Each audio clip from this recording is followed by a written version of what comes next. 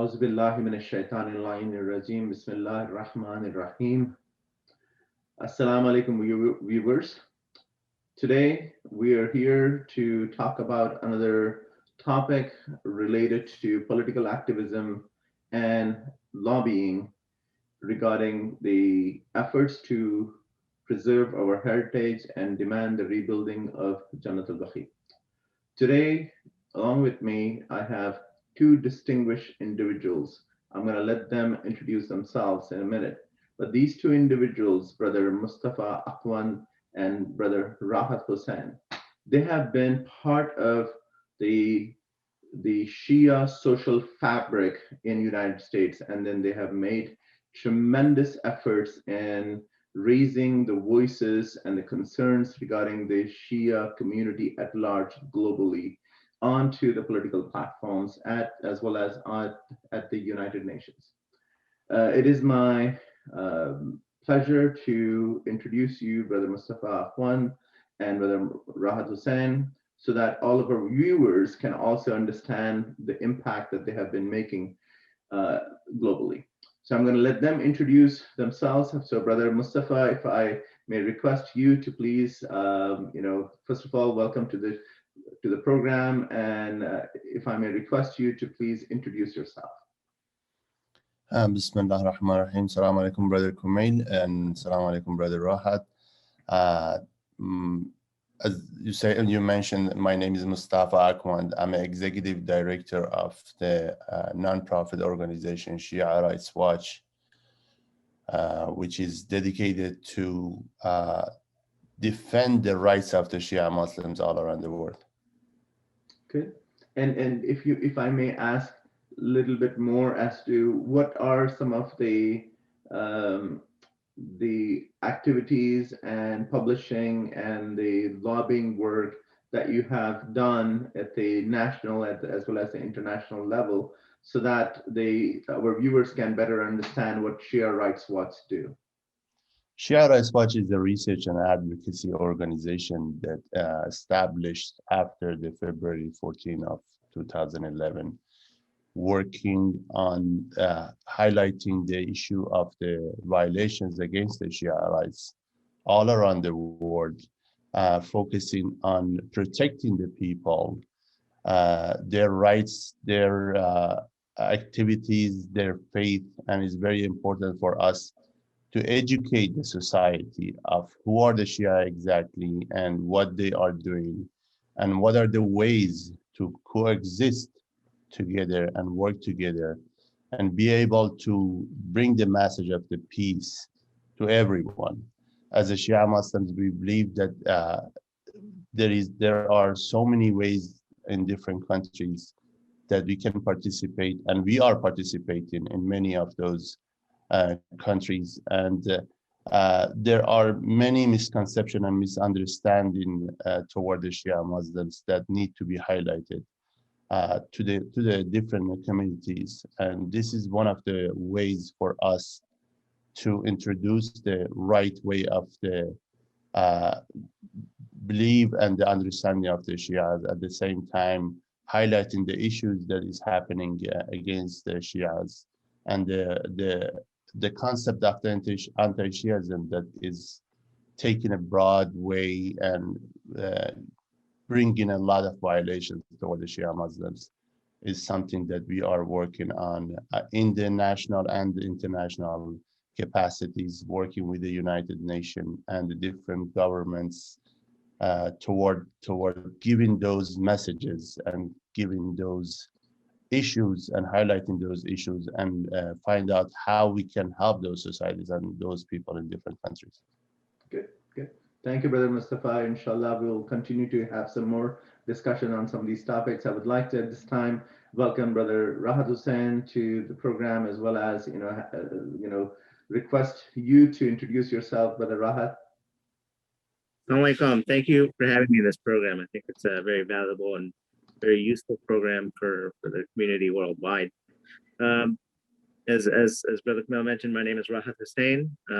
In the past, I've been with many different Shia Muslim organizations, Ummah, Islamic Information Center. For many years, I served as a columnist at the Washington Times. where I work to raise awareness amongst the non-Muslim community about Islam and Muslims, and in particular, the many positive attributes of the Shia Muslim community. And I was also able to report about different problems that the Shia Muslim community was facing. For example, I think many of you might be aware that many years ago on Hajj, a group of American Lebanese Shia Muslims were attacked during Hajj.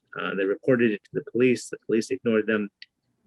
Nothing happened. They returned to the United States, and I was able to get in touch with them. I raised this story directly with the United Nations. I raised it with top leadership at State Department, and it was directly addressed. It was covered in international media after this point.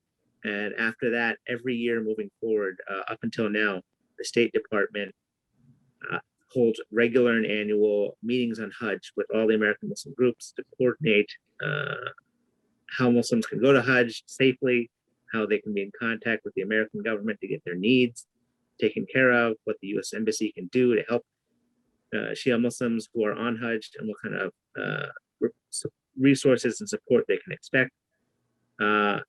A few years ago, I had the opportunity to meet with President Obama, where I talked to him directly, face to face, about the issue of Shia genocide and how it's a major problem in the United States, around the world.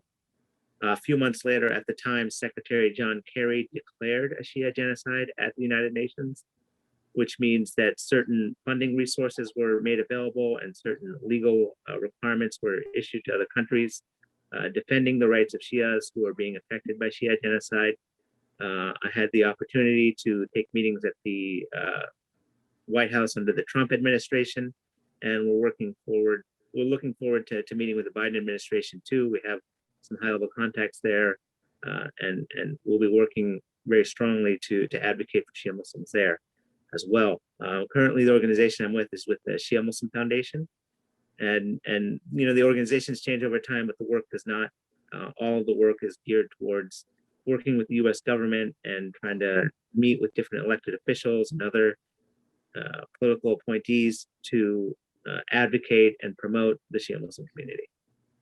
Jazakallah, Jazakallah, Brother Rahat, Jazakallah, Brother Mustafa.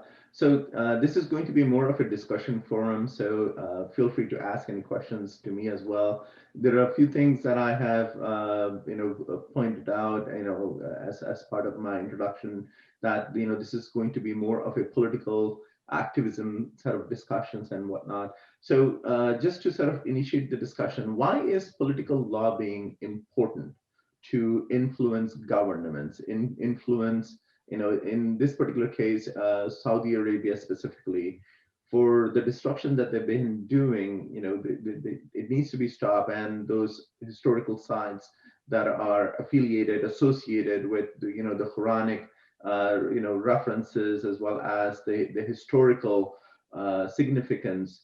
Why is political lobbying important to influence another country? Any one of you can begin. Sure. So the way that political activism works in the United States, the way that laws are made, the ways that rules are made, is that the elected officials will work with experts in different fields and different industries, and the experts will guide them. This is, what we want. This is what we think. There will be experts who support something, experts who oppose something, and then at the same time, the experts, their job is to push and influence the elected officials to support whatever they're trying to influence. These experts are not neutral people. They're not academics. They are not just innocent people in the community. They are lobbyists. Lobbyists work every day and night to support their cause. And the individual lobbyist may not believe in what they are promoting. It just might be their job. Regardless, this is a multi-billion-dollar industry in the United States, and they have great expertise in influencing politicians by saying, if you support this, all of our voters will support you, and pushing that message out in the community. If you oppose this, all of our voters will oppose you, and using these types of influence to get rules made, to get laws made, and so forth. One example, I can give you specific numbers. is that Bahrain, not Saudi Arabia, Bahrain, which is a very small island next to Saudi Arabia, with a much smaller budget, with a much smaller country, much less influence, spends on average $7 million per month on lobbying efforts in the United States to promote their interests and supporting the royal family of Bahrain.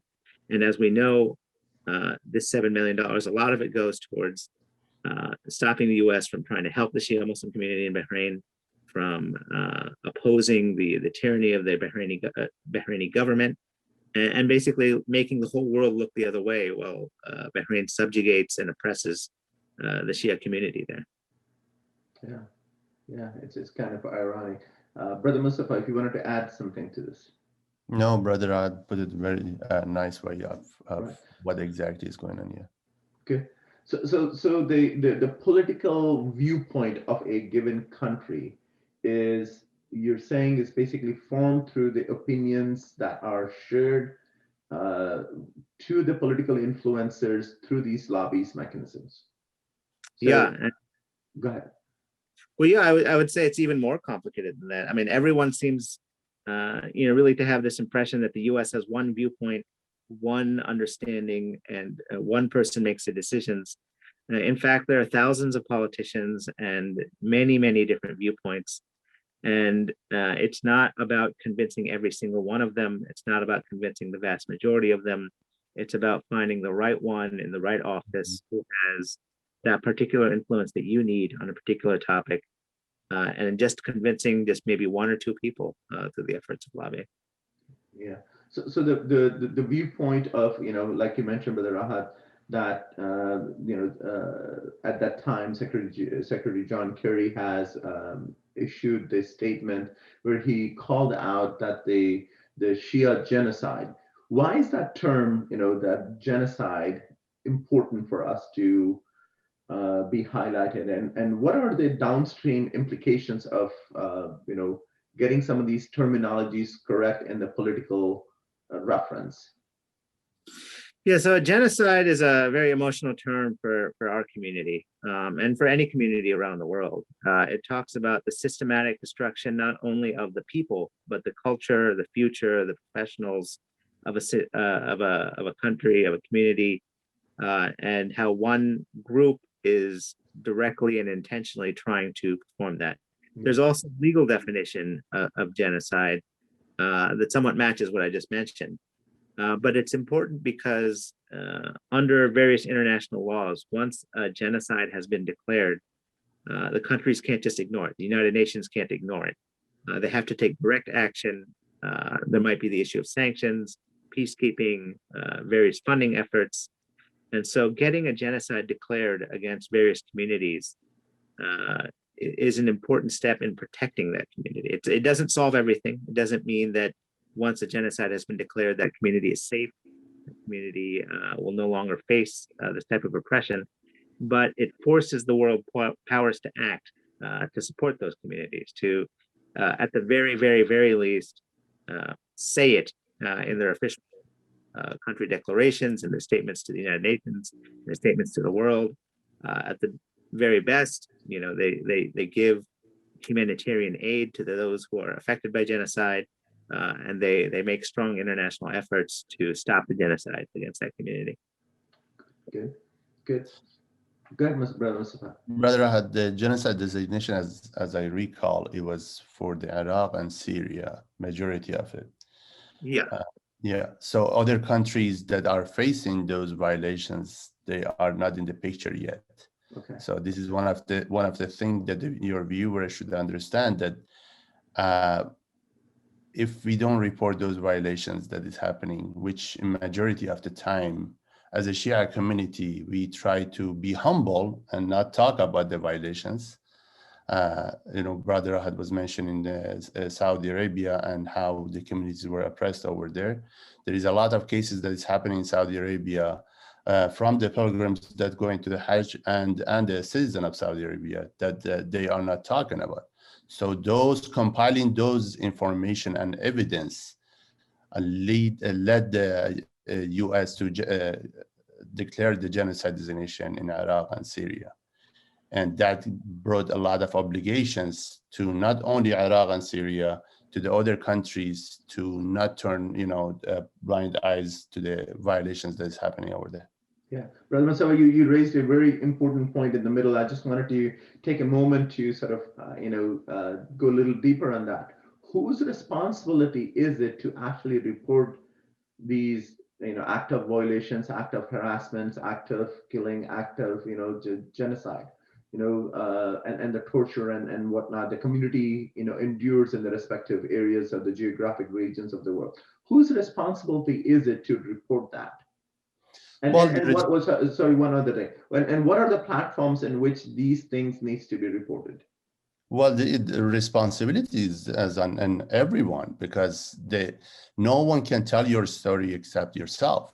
The story is happening to you. The violation happened to me and you as a personal, and our families are affected by that, and our society is affected by that as well. So every small stories that we think that is nothing is compiling together and creating a larger case.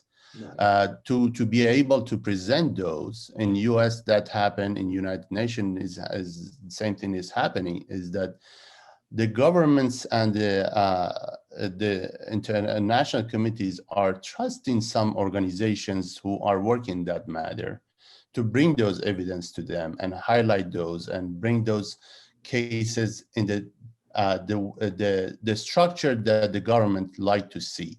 So for that matter, all these cases, for example, when we are working the Shia Rights Watch, we get in those evidence, we fact check it and make sure everything is right and make sure that is written to the language that politicians want to see, and providing those to either government or United Nations, and be able to compile the larger case that can be presented and can lead to the genocide designation in Iraq and Syria, which it wasn't something small. It's something very important, that if people understand exactly what is the benefit of this designation, which in Afghanistan and Pakistan, Hazara community are working on it for years and years, and they could not get that designation. Is something is very important for those society. Yeah, I just wanted to take an opportunity to sort of recognize for our viewers, Shia Rights Watch does this kind of work on a daily basis, highlighting the plight or the challenges that the Shia community is facing around the world, and all the incidents, the occurrences of all these harassments, these challenges, these criminal acts and whatnot.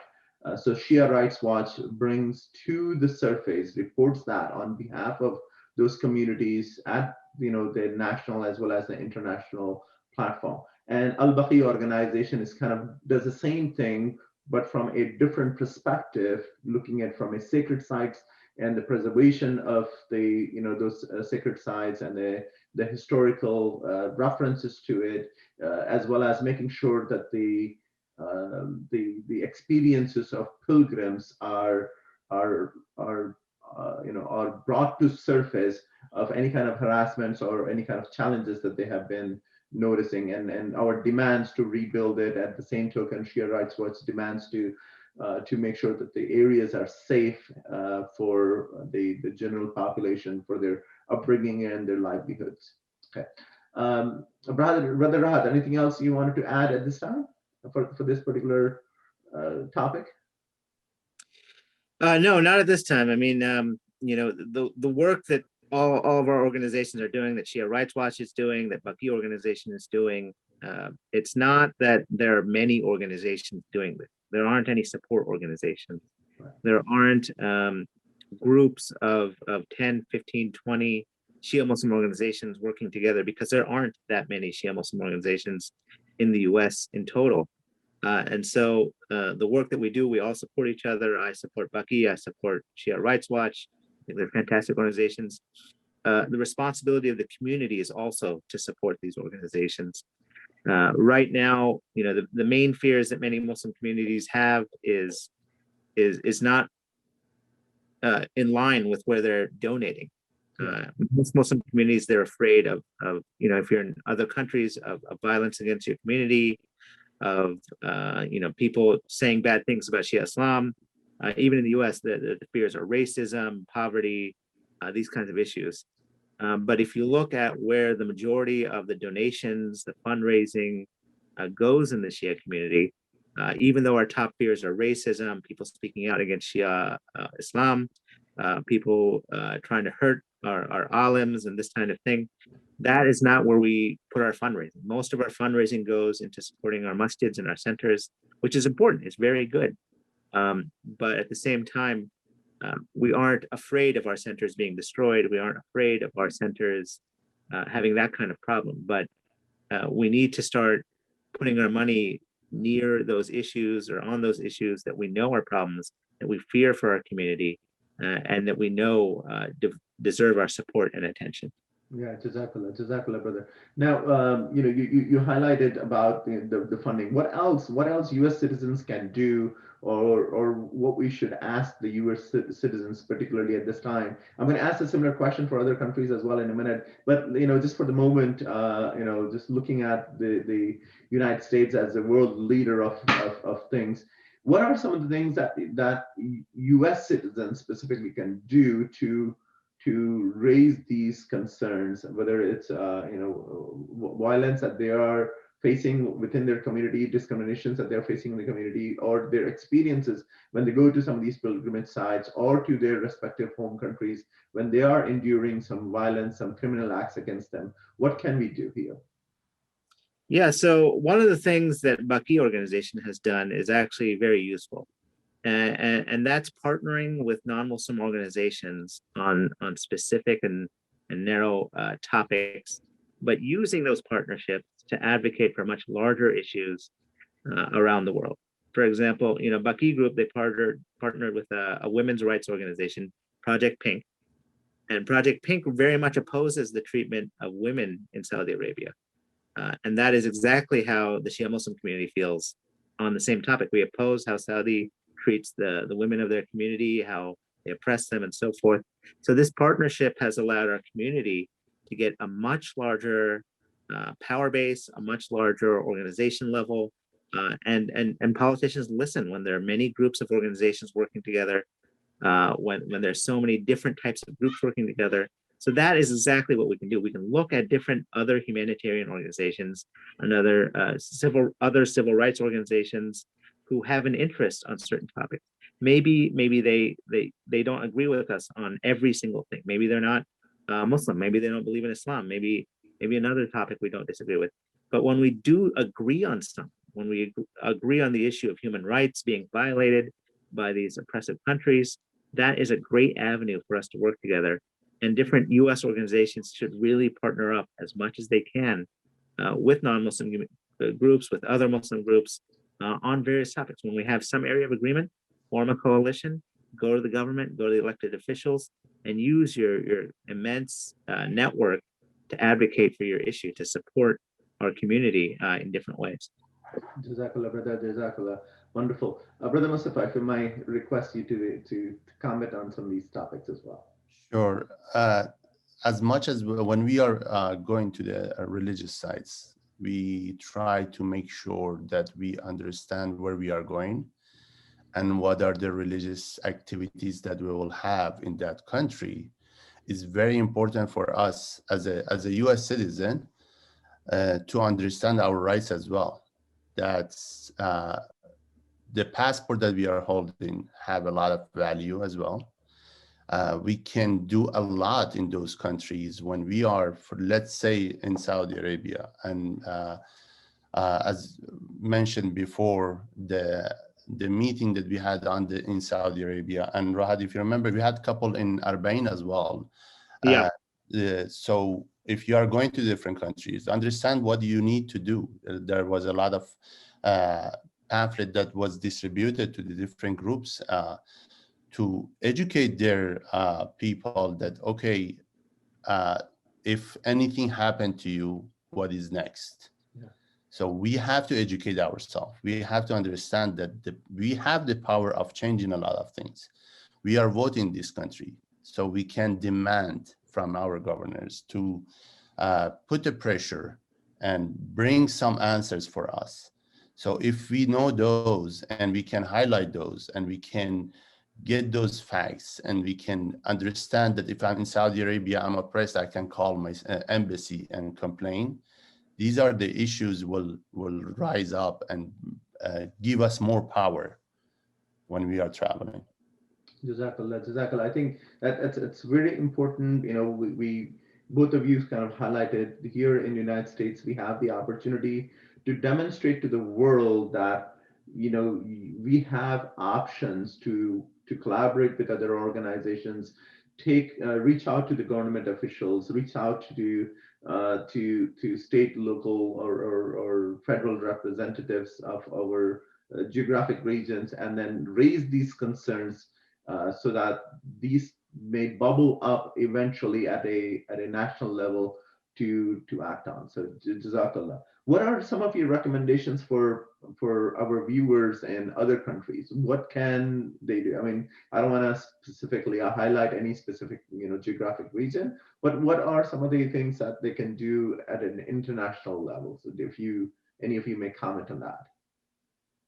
So I would recommend in Europe, there's an immense opportunity and lots of possibility for really growing our movement and supporting these causes. Europe is a much different type of community than the United States. And one of the great opportunities is the interfaith relationships, working with interfaith organizations, Christian organizations, Jewish organizations, and others to unite around a common message, a common goal of human rights being served in various Muslim countries. And I think you're going to find a lot of good faith partners who really are interested in supporting our community, and maybe they're interested, but they're not knowledgeable. So it's our job to educate these people, to create friendships, to create networks, to get to know the community around us, and work with different organizations of this type, educate them and bring them to our side on these issues. We may not convert them to Islam. That's not the goal at all, even. But the goal of helping our community, of helping the innocent people, educating people about Imam Hussein and his work and his efforts, and how that inspires us even today, really is a valid goal. And the non-Muslim community will appreciate and respect our opinions once they understand them more fully. For many years, especially in Europe, Islam has been viewed as foreign, has been viewed as other, has been viewed as something that's not native or a part of Europe. But you know, in America, I think we've done a good job that Muslims are just as American as anyone else. I think the European community, the Shia community, can do the same. They can say, no, Islam is not other. Islam is not a religion just for one or two countries. It's for the whole world. And even if you don't convert, you have to understand that we are part of the local fabric, and we want to work with you to solve the world's problems. So this type of work, I think anyone can do, but I think there's great opportunity in Europe to do it. Good, brother Mustafa, if I may ask. In some of the Middle Eastern countries, we have the same opportunity as well. There are countries that respect their citizens, which is very important. Is that we can influence on those countries as well. We have seen some of the countries. I don't want to mention the names of the Middle Eastern countries, but we have seen that as much as respect they have toward their communities, the participation of those different people of faith together and working and coexisting together brought them a lot of values and a lot of economical and religious values as well. That is the economy is very important for any country. And we in US, we are participating as a Shia Muslims, we are participating in everything. And my personal belief is that as a Shia Muslims, we are the richest community in the world. Right. And you know, if you gather the information and how the Shias achieved and how high level they are. So these are the things that we can work on and bring the bring some of those, highlight those values, bring those values as well. In definitely, as Brother Rahat said, in Europe is a different way of working, but we have seen a lot of Shia organization over there in Europe as well are participating and working with the different people of faith and have achieved a lot of goals that we might in US could not do it because of the different ways of working with the politicians. But the opportunity here in the US is more than Europe, in my opinion. But still, there is a lot of work that can be done. Okay, Jazakallah, Jazakallah. We have about, less than 10 minutes that I wanted to hit a very important topic about the political influencing, political activism and whatnot. I wanted to get both of your views on what are the challenges and opportunities of raising these concerns at the United Nations level. I know United Nations comprises of several organizations, several bodies. They're each of them have their own frameworks and their own charter as to what they do, what they don't do, and whatnot. And reaching those the influencers in those respective organizations is a challenge as well. So I would like both of you to sort of highlight what are some of the challenges that you have seen and what are some of the opportunities that we have to bring the respective causes to those international platforms. Go ahead, brother. All right. So, one of the main challenges of the United Nations is the nation. It's not just that a few Western countries make up the United Nations. Saudi Arabia is a part of the United Nations. Bahrain is a part of the United Nations. Pakistani government is a part of the United Nations. And there are many countries who are doing some of the activities that are harmful to Shia communities that are part of the United Nations. They have to vote at the United Nations. And when we try to raise the issues of what is happening to our country, to our communities, to our professionals, to the issue of genocide, the countries that are doing the bad actions are the ones who have a vote at the UN, and they vote against the United Nations working against them. No country is going to want other countries to come in and interfere with them. No country wants the United Nations to interfere with them. And that's why many of these countries have joined the UN for that purpose, to prevent other groups from interacting with their country, from opposing their efforts. A few of these countries have even joined the human rights councils at the United Nations. Yeah. And whenever Shia Muslim groups try to apply to get economic status or other types of special status with the United Nations, these countries will oppose Shia applicants from getting any type of rights or membership at the UN. So these are some of the major problems and issues we face at the UN.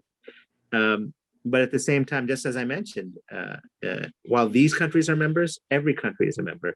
So when you have the backing of your country, and in the case of us, the US usually backs US-based organizations, at least for their applications to join, you can convince other people of your work. You can convince them of the value of your work. We can convince them of the importance of supporting innocent people around the world. And even if 1 or 2 or 3 countries vote against our interests, we can get these votes of 20 or 30 other countries to support our interests. There's so much to be done at the UN that I don't think many people realize. There's annual meetings. There's immense opportunities to get partners, not just from governments, but from other nonprofit organizations, from other human rights groups, and really work together to push and influence all the voting members to support our causes and support our communities. I mean, there's so much that can be done that, like we talked about earlier, genocide declarations oftentimes happen at the United Nations level. If we could get genocide declarations for the problems faced by the Hazara community in Afghanistan, the Shia community in Pakistan, by the Muslim community in India, so much could change and so much attention could be drawn towards our issues that we've never gained this type of success before. Jazakallah. Brother Mustafa. even though we have a lot of politics is going on in United Nations, and as someone that have participated in for at least couple years in UN and working in different events and working in different groups, you see that the politics have a big role in any event that is happening in the United Nations. But at the same time, as Rahat said, the opportunity is there. We are, as a Shia Muslims, we expect the people to understand and know everything. But you'd be surprised when you talk to the different special rapporteurs, you talk about the different delegations of what is exactly is happening to your community, and briefing them on the important issues in different countries. They are surprised of even hearing about it, even though they are working with the different Muslim countries, and even though there is, as a UN, we expect them to understand everything and know everything, but there are many things that they need to be educated on. And there are very handful organizations who are working independently and trying to change this perspective and educating people, educating the delegations, educating the special rapporteurs of these violations and issues that is happening. The opportunity is there. The lack of effort is there. The lack of funding is there. The lack of, for us, the lack of working with our delegations from our countries is there. From different countries, there are the ways that we can work with our delegations in United Nations. There are the ways that we can inform them of those violations, at least, let's say, that need a lot of effort, need a lot of funding, need a lot of manpower to be able to bring those conversation to the table. Yeah. One last question for both of you. As we discussed throughout and as part of this conversation, the bad actors, whether it's at the local level or at a national level, they are aggressively pursuing their whatever the objectives that they have, and at the same token, they are they're making efforts to make sure that their violence, their criminal acts are hidden from the world stage, from the local stage, from the international media and whatnot. It's important for all of us, individuals, organizations, societies, and whatnot, to sort of highlight those atrocities that people are enduring themselves, right? But Mustafa, you mentioned earlier, we are the best individuals to actually express what we are enduring. But the question comes up, us being small, like a minority within a minority from a Shia society standpoint, us being small from an organization level, us being small in terms of our, the funding opportunities we have and whatnot. Is this a winning strategy? Is this can we win? These questions that comes up in people's minds, saying, can you really challenge, other countries, whether it's in local, U.S. Lobbying standpoint, or from a national influence standpoint, or at the United Nations level, when you are sort of trying to influence a recognition of some sort against another member state, another country. What's your view on that? Well, I think the Shia Rights Watch is the live example of it. When we started the organization, there was a lot of doubt that the Shia Rights Watch can work, especially with having the name Shia. A lot of organizations work under the name Muslims, which is fine. But for us, it was very important to have that the name Shia in our organization. So there was a lot of doubt that, oh, you cannot work because a lot of people, they don't let you because the name of the Shia, there is a lot, you cannot influence anywhere, you cannot do this, you cannot do that. But we have shown that in this past at least 10 years, what we have done and how we achieved. I mean, a lot of people didn't, me myself I wasn't believing that I could go sit down in White House and, and talk to the officials about the different projects and different issues that is happening. And me and Rahat, in many cases, have sat down some places that at least I was surprised that I'm sitting there because I had that mentality that I cannot do anything. But when it comes to the work and you see that every small work, everything that you do, it compiled together and makes something bigger, and you see the positive effect of it. You see that you can influence to have that genocide designation. Many might not know that the genocide designation at the beginning was Christian, Yazidis, and others. There was no Shia name on it. Yeah. Because of the collaboration and work that the Shia organization did together, we could push to have that Shia name over there, because the majority of the people who were getting killed in Syria and Iraq were Shia Muslims. Yeah. But we were called others, So the effort and the work is there. We have to put it, we have to work on it. Let's say if the violations happen in any countries, that picture, that story, these are the things that encourage someone else to tell their stories, encourage someone else to work on those. We have a small organization, Rahat mentioned it, we have a few organizations that working in that matters, but at least they're doing it. And alhamdulillah, we are doing the best that we can. Baqee Foundation, I'm sure not everyone told you that, no, you cannot work on those subjects because this happening in Saudi Arabia, and Saudi Arabia has a lot of money. But the cases that you brought up, the ideas that you brought up, and how not only that I want to, we were talking, me and you, before that, no, not only I want to build Baqee, I want to build the other religious sites.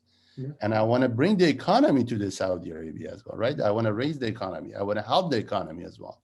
Right. So these are the things that definitely change the lives of people. Right. Br.Mustafa, I mean, excellent points. I just wanted to clarify for our viewers one thing that you mentioned about the initially that in Iraq and Syria, the designation of the genocide included only Yazidis and Christians, but later you worked, and you and Brother Rahat and others worked to make sure that the word Shia is also included as part of the designation as well. So excellent job. Brother Rahat, if I may request you to sort of comment on and what do you say to the doubters of what can be done at the local level, at an international level, with our opportunities and the efforts that we have. Yeah, there's a hadith from our 60 Imam Jafar Sadiq that's not where the Imam says, if you tell people about us and do tell people about us, when you tell them, they will begin to love us. And I think the same is true not only for the Ahlul Bayt, but for our own community as well, as we work to support our Imams. In many opportunities, expressing that, I am Shia, that we're Shia organizations, that Mustafa's organization is Shia, that your organization is Shia, I found that there's been an immense respect from the Western community, from the non-Muslim world, and from other Sunni Muslim organizations, that these people are working to support their community. They are working to promote their ideals. They're working in good faith, and they're working with each other in a great way. And they admire that, they respect that, and they appreciate that. And what it's done is, over the years, even though our organizations are small, even though the Shia community is small, even though there's not a lot of focus in our community on political activism and the like, I've been to the White House 15, 20 times. Mustafa as well. I've gone to meetings with him. I've personally met with President Obama. We've gone to the White House under Trump, who is well known to oppose the Muslim community. And they sat there, they listened to our concerns, and they worked to help our community. Even President Biden, when he was campaigning in the election, he sent John Kerry, former Secretary John Kerry, to hold a special event just for the Shia Muslim community. We believe that our community is small. We believe that we don't have resources, and maybe we are. Maybe we're small. Maybe we don't have resources. But those things are not the same thing as importance. Our community is important not just to us, but to the worldwide community, to the political world, and we have to realize our power and realize that the world is taking us seriously. The world is watching. Really, the world is waiting for the Shia community. This is our theological belief that the world is waiting for the Imam, but it's also a practical reality that the world doesn't know Shia Muslims, and they want to know Shia Muslims, and they're sincere, and there is a chance for us to teach the world about us and work with the world to accomplish our goals. Jazakallah. Well, I don't know how the time flew so fast. We have actually extended our recording time more than what we had planned for, but this is excellent. I hope the viewers will like this conversation, and then they will be motivated to sort of collaborate with us and our organization and support the efforts that all of us are making. On behalf of Baqee Organization, I wanted to thank Brother Mustafa as well as Brother Rahat for sharing their time with us and sharing their views. I sincerely thank you for taking time and joining this discussion. Any last words that you wanted to share, Brother Mustafa, Brother Rahat? No, thank you very much. I really enjoyed this conversation. And I just want to mention to your viewer that you are the one who can change a life of many people. And don't let anyone else tell your story. We have to share our thought, and we have to share our stories. At the same time, follow the Imam Ali alayhi salam saying that the person is your brother in faith or equal in humanity. Respect the other people's and make sure that they respect yours by the love and the peace that you show them, and show them how beautiful the Shia Muslims faith is. Jazakallah. Thank you, Brother Rahat. Yeah, I would echo what Brother Mustafa said. It's we have to remember that even though we're smaller, it doesn't mean that we don't have the same power as anyone else in the world. And even if you're just an individual and you're acting alone, or your family or your friends or your mosque or your center or any other group, you have the power to really have a strong effect in this world. You can have the same conversations that we have had. You can take those same meetings that we have taken in your own communities, in your own countries, at your own level, and you can make changes, not just in a small way, but you can really change the whole world. And every single Shia in the whole world is empowered to do this. Anyone can make a change for the whole world. It's just about dedication, making the right niyat, and following through on that to make a better world. Okay, brother. Both of you, thank you very much. Really appreciate this. And with that, I'm gonna stop the recording, and thank you all for all the viewers for watching this program. Thank you.